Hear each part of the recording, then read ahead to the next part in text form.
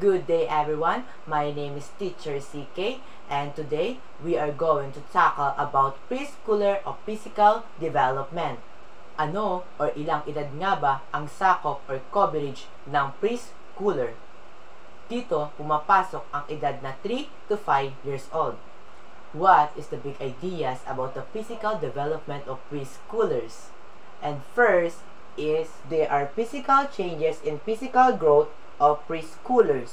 Dito, habang lumalaki sila, unting-unting nagbabago ang kanilang pisikal ng katawan.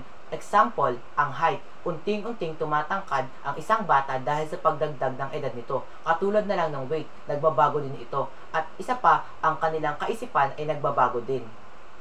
At ang pangalawa naman ay the preschooler's physical development is marked by the acquisition of gross and fine motor skills.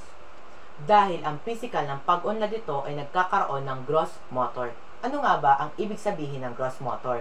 Ang gross motor ay nag-uumpisa sa pagtayo ng isang bata at nagsisimula sa paglakad at pagtakbo nito. Unti-unti nitong nai-enhance ang kanyang mga katawan para mag-balance ito sa pagtayo at paghakbang at pag-upo. At ang pangatlo naman ay preschoolers can express themselves artistically at a very early age. At ang preschoolers naman ay nagpapahayag ng kanilang sarili at very early age. At ang pang-apat naman ay proper nutrition and the right amount of sleep are very important for the preschoolers.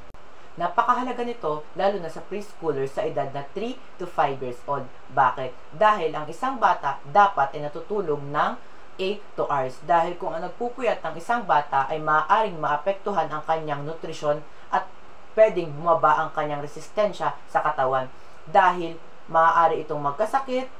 At ang panglima ay caregivers and teachers can do a lot in maximizing the growth and development of preschooler dahil nagagabay nito ang mga bata habang lumalaki at natututunan nila ng mas maayos ang mga bata.